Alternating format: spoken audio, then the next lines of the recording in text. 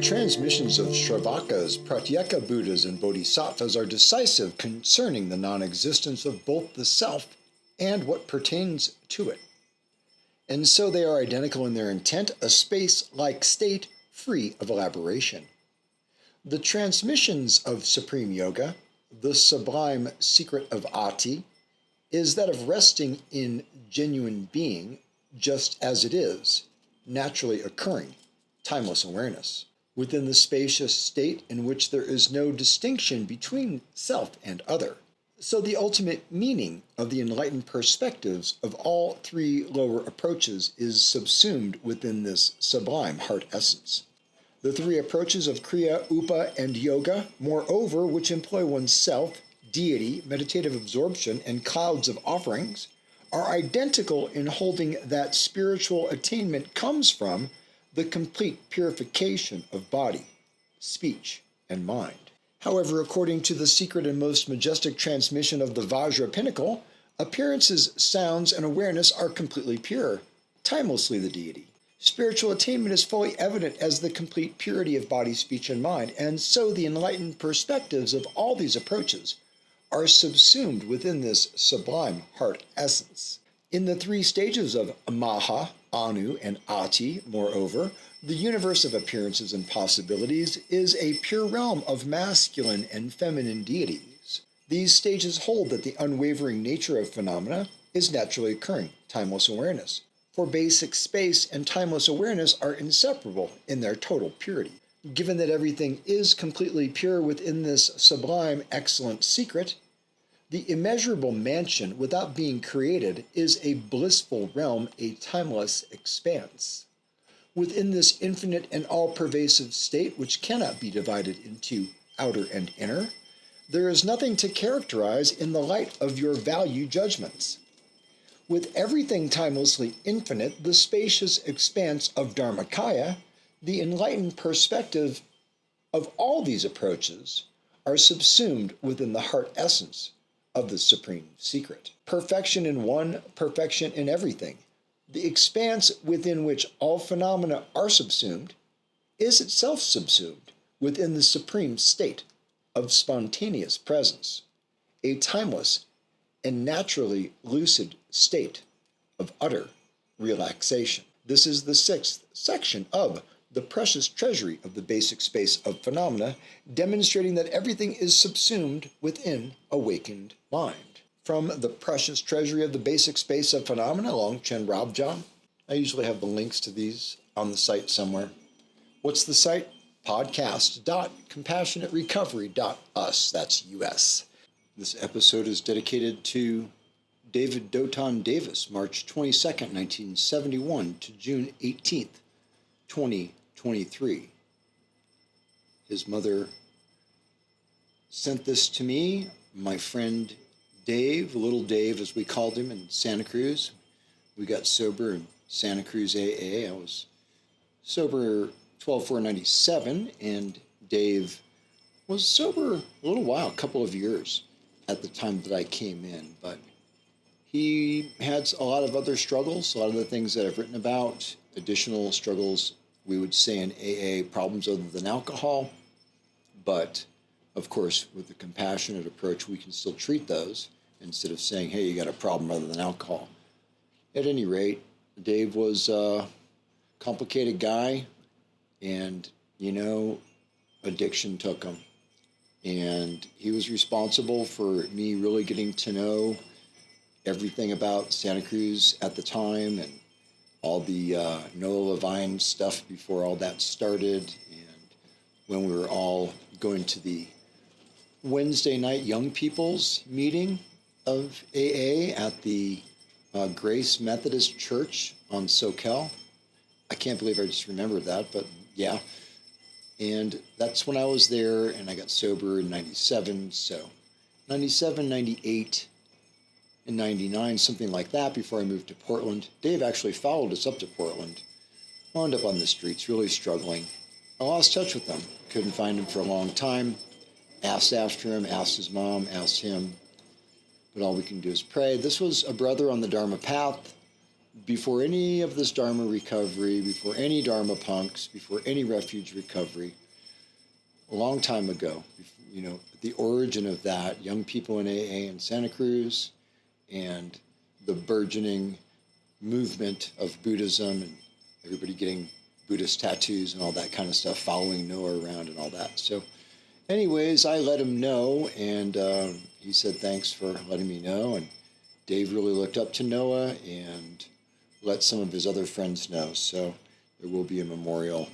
You can find me on Facebook if you want to know about that. Okay? Just wanted to cut that in. I forgot to mention it on the episode. So let's get back to our regularly scheduled programming. Someone emailed and asked if there was someone who could explain these things. Some of it is beyond their understanding, and I understand that. And what I just read is beyond, really, one of those paragraphs, one of those stanzas could be, well, I've had years of teachings on each Maha Anu Ati. These are, you can go into depth on these for a lifetime, for multiple lifetimes. In fact, each one of these Maha Anu Ati and the three lower vehicles that was mentioned in the earlier part of the reading. So basically what Longchenpa is saying in this last section is clearly everything is subsumed in the basic space, which is the naturally occurring, timeless expanse that cannot be divided into inner and outer. And somehow we must relax into this state. And so to understand all these details is part of it. It isn't required. There are many people that I know, practitioners for many years, who are not intellectual, not scholarly, not academic, but they get it, and they got it, and it works. So it helps some of us who have the curiosity and interest to understand all of these different vehicles and levels of transmissions and so forth. There's a lot to it. You can make it, I've studied it for a really long time, and I'm really always trying to understand it, because these things are vehicles and tools to go beyond. So mind transcending itself, mind understanding its own nature, utterly lucid, timeless awareness. So if you look into the blue sky and have a nice deep inhale, fill it up real nice and relaxed, keep your throat open, and let go. Don't push, but let go completely. Just pause on the exhale and let your awareness go into the vast expanse. No reference point. No me in the universe.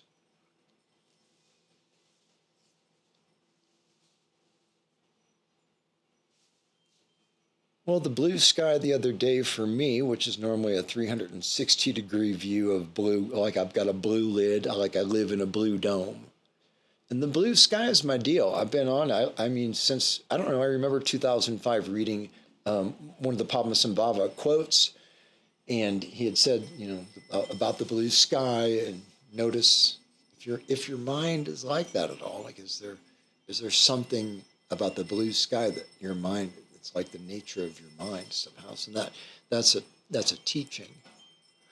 And the blue sky is a nice thing to have around. So I spent a lot of time trying to be under the blue sky in either Portland or San Diego, and various places I've lived. I've lived in Colorado at the Continental Divide up there, and 10,000 feet. So the blue sky has been part of my practice. It's called Namka Arted, and it's an awareness of the basic nature, the basic space Longchenpa describes in his teaching, and a way of relaxing into that, to just fall away the subject, fall away the dualistic perspective, the view, the need, the desire, the repulsion.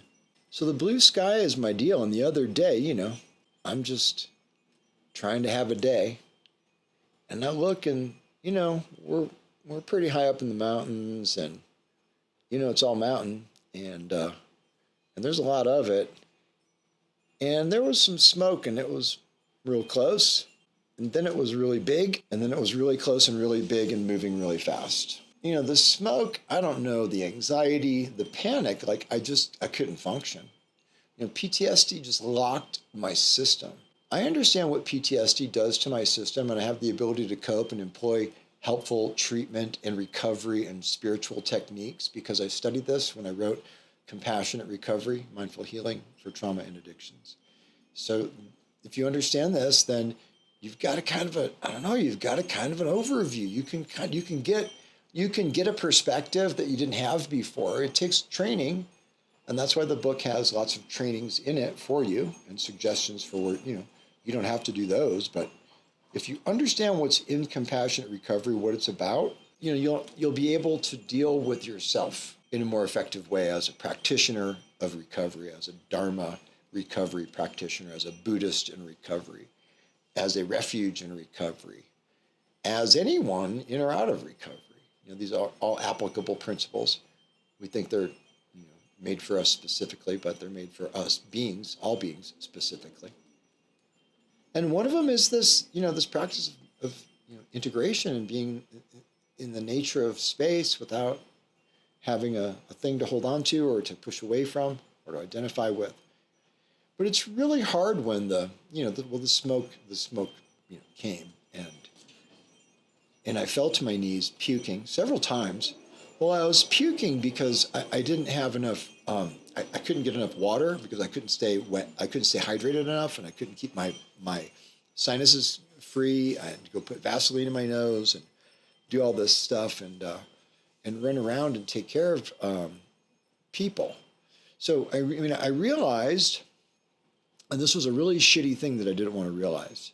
I wasn't part of my egoic trip for the day. I think I was wallowing or something at the moment.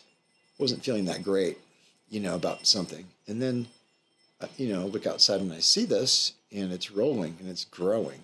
And then soon the sky is filled with DC-10s and 747s and choppers and huge drops of all kinds of retardants. And it was 48 hours.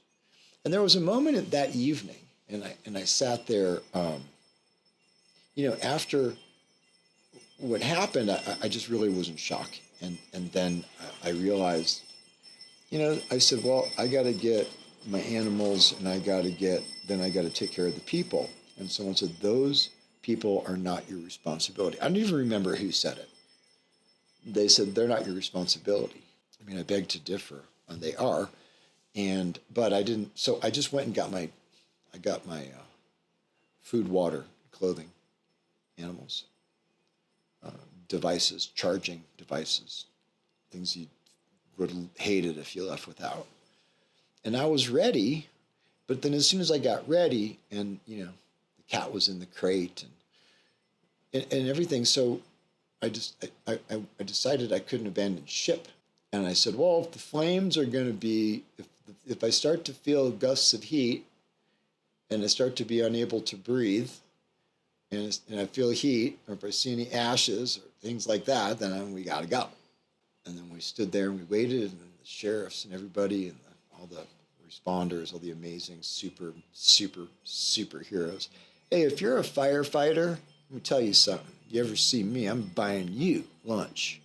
You know what? God fucking bless you people. You saved our lives.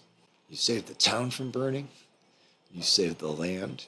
You saved all the structures. You saved us from all being, possibly. If the wind had changed, we could have been incinerated because, I don't know, I have to look it up on ChatGPT, but I think fires can move at more than 30 miles an hour. And when you're only a quarter mile away, that ain't too long, people. So I was up there with the binoculars, I stayed on duty and did everything I could. Some people evacuated and some, went to the hospital and some stayed and, we all stayed and prayed. Tare, I don't pray Tara unless I got it needed. I got to have, unless it's really imperative. It's really important. It's really got to happen. It's like a crisis. It's like an emergency. So, one of the things that we try to do is integrate in basic space, but then integrate, if you're doing a Zen practice, you're sitting looking at the wall or any kind of mindfulness stuff, you're sitting there for a while. And you try, the idea, same with your yoga, it's much better to understand this in yoga. I sat in Zen for years and years without moving, and then I did yoga for a plus decade, and then taught it and everything. And moving and then sitting, it's really a good way to do you got to kind of do both, But if you get into that ability to integrate your flow state, as I talked about in a previous episode, your Zen state, but that's not the real Buddhist state. That's just kind of like a presence getting you better to condition and getting you trained to let go of all training and let go of all desire, and all substantiality, all conceptualization. Really, it's all fantasy. But that evening I was watching the flames come up around the ridge, see? And there's nothing between that ridge, and that ridge is a quarter mile away, and there's nothing between that ridge but me and pines, and those pines are dry. And I'm watching those pines shoot up into flame. Just up across the ridge there, I just watch them right at the top. 100-foot pine, 100 feet flames in the air. On top of the pine, and it's coming. And the sheriff said, well, we can't make you leave, but it's close. And I said, please don't tell me those hot shots are there because this is the fire break. He said, sir, this is the fire break. That's why they're there. God bless you, motherfuckers. And I say that as a Buddhist. God bless you, firemen people, because they got the back burn. And the Texas sun makes my back burn. And the Texas sun makes my back burn. I know that those aren't the actual lyrics, but that's what I sung for years. Well, the back burn did the deal. And I watched it and I understood it in presence, in transcending beyond the PTSD and the terror into service for others and a capacity, an increasing capacity to deal with a situation that is life-threatening and everything-threatening. And it's very close, and it's coming very fast. And there's a way to like kind of go, well, I'm gonna bail and tuck and run and fly down the hill, or I'm gonna stand my ground and I'm gonna face what needs to be faced. I'm gonna make sure that nobody's left behind. Well, I mean, I sound like somebody off a TV show I was watching. It's the kind of person I always wanted to be. So, I mean, I talk about all this bodhisattvaism, all these years with y'all and my books and my life and everything, and I got to be able to practice it. And I practiced it after I was done puking, after I was done crying. I was literally crying and puking. I was on the ground, but I'm an addict. I'll puke, roll a joint, start the car and drive down the road while eating a hamburger. We know how to get through shit. Pick the corn out your teeth and keep on. Get up. So that was hard. But really what I'm getting to is this moment where right around that moment when the flames were getting higher and higher.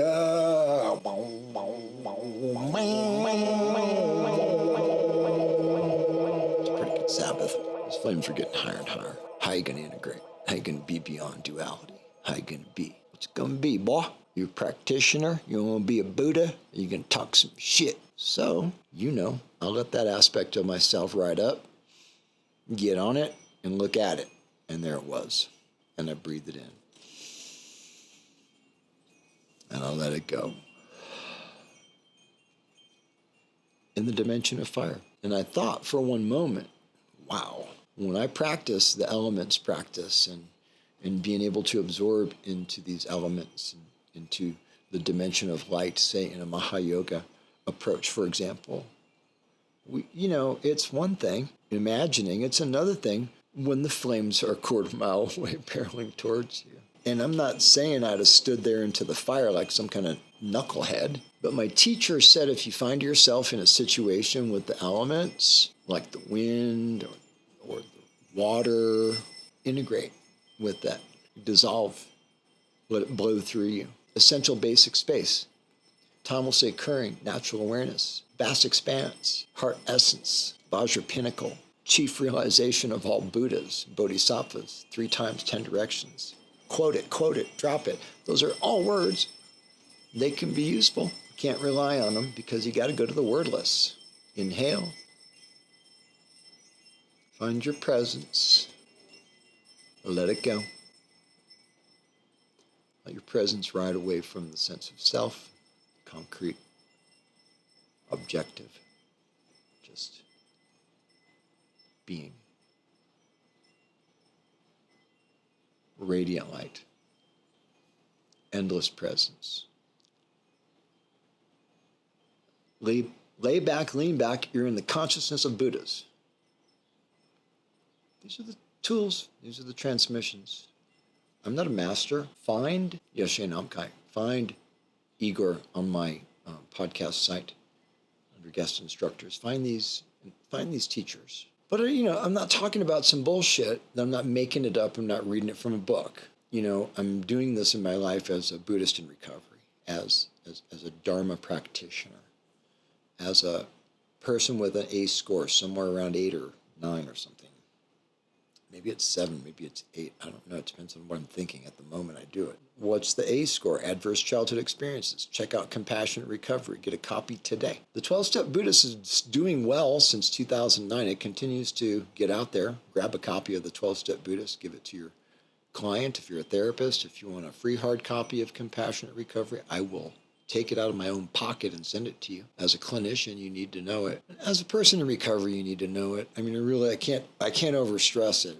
It's what I found out. It's how I understood myself after being in recovery and attempting recovery, and 10 years here, in and out for a couple of years, and then 25 plus years here. Now, it's what I learned. It's what I understood. It took a lot of time and a lot of research and a lot of pain and a lot of suffering. I'd love it if you could read it and then tell me what you think. It's also an audiobook. But I talk about this because this is my framework of recovery. And I use the framework to understand myself when I'm in a situation where I'm about to panic. I'm either going to take care of other people or I'm going to run like a little baby, a shaking and quivering little baby. Come on, get up, boy. Stand up. So we can stand up to our raw, naked presence like this. You can stand up to having no self. Stand up to the non-existent, the apparently manifesting appearances. And we know in a relaxed way like a Buddha knows. And you're not separate from the Buddha condition. This is really the teaching. What I'm telling you is you're not separate from the Buddha condition. It's fully accessible to you right in this instant. I'm also telling you that for you to get onto that pathway, you got to find the authentic lineage and be an authentic practitioner. What does that mean? Qualified. I will tell you who's qualified. I mean, people I've followed for years and have not ever, been questionable. So, to practice in a qualified way, something that my Dzogchen master Shogul Namkhai Norbu said, to practice in a qualified way. And what does that mean? He didn't really tell us what that meant, but what does that mean? A qualified way means I'm not just going to sit there and go through the motions, go through the movements. I'm not just going to sit there and play along and think about my other stuff. Now, that all happens. That all happens, and it never actually stops happening. But you can come into condition. You can come into unconditioned presence, and from a conditioned presence, you have to start by being present first and build it, build your awareness, but don't hold on to that like a lock. You're not a wooden Buddha, my teacher used to say. So we have to learn to move, and we can sit and practice and be present, and we can move and practice and be present. We can do this in different ways. We can do walking meditations. We can do dance. We can do Tai Chi. We can do yoga. We can just take a walk in nature and try to coordinate our breathing with our movement. But here, if you understand something, what could it be to be a Buddha? And what does it mean that I could have the same Buddha nature? Just let your mind, let that stop your mind. And when your mind just goes, in that space, just notice what you notice. Because at some point, your mind's just going to go nuts trying to figure out some of this Dharma stuff, because the mind can't grasp it. That's the whole point. See, the more you try to grasp it, the more it shreds all of your conceptual framework. So repurposing thoughts and transforming experience into Dharma is what I'm describing into my experience of incredibly intense, life-threatening, traumatizing, PTSD-inducing. But the PTSD didn't win. I didn't drink.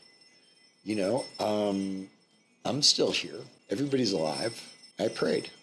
Tara. I pray Tara. What does it mean? Look it up. Green Tara. Look it up. find a transmission, find an initiation, find out about the practice, read the books, but find the teachers, find the real ones, authentic, qualified. You'll know. Well, I hope you'll know. Some people think they know and they're in some stupid cult. So I don't know. I don't know what to tell you. I can give you the clearest, instructions that I have. It's really up to you. They say liberation in the palm of one's own hand. All right, so that's what I'm talking about. There's the flames, there's the fear, and then there's, am I a bodhisattva or not? And that's the repurposing. The energy that I used, which would have stopped my heart, because I have some heart issue or whatever, and it could have caused a stroke or something. I just use that energy, to be like, all right, what's next? Who have I not attended to? What news can I find out? Who is the person in charge? What does this guy know? And then I go to the calmest person that I can find, who's a rock, and I look them in the eye and I go, how do you feel? And they look at me and they go, all right. I said, you getting nervous? Well, it's getting pretty close. But I just stayed calm because of that guy. And I told him, you're my rock. Don't go nowhere because you're my rock. So, I tethered to that guy, a neighbor. And he's, trust me, we're not on the same political spectrum. 100%, for sure. You got to find your common humanity there, you see. You have to find your common humanity. I wrote about that in Compassionate Recovery. It's really important to understand how these tools of mindfulness, compassion, self-compassion, empathy, to understand what these really are, what they do, how it works in our brains, how it helps us heal. It's really fantastic stuff to know about. Podcast.compassionaterecovery.us. You can find all the old episodes. You can donate. Make a donation to the podcast. That'd be cool. What else can you find up there? Articles, teachings, stuff we've gone through, stuff we're going to go through. You can always send questions to info@compassionaterecovery.us. At any rate, y'all, I'm super wiped out. I'm super tired. It's not every day that 1,000 feet of plumes are in the sky and they're dropping. I mean, like military, just suddenly, just in the moment. It was just a surreal dream. Like Buddha said, everything is unreal. Just like a dream. For us to be able to be in a situation that intense and to remember the teaching and to try to do the practice, however falteringly, then that's what I mean by how to repurpose your thoughts and transform your experiences into the path of Dharma in recovery. Okay, we'll talk again next week. Until then, peace out and namaste.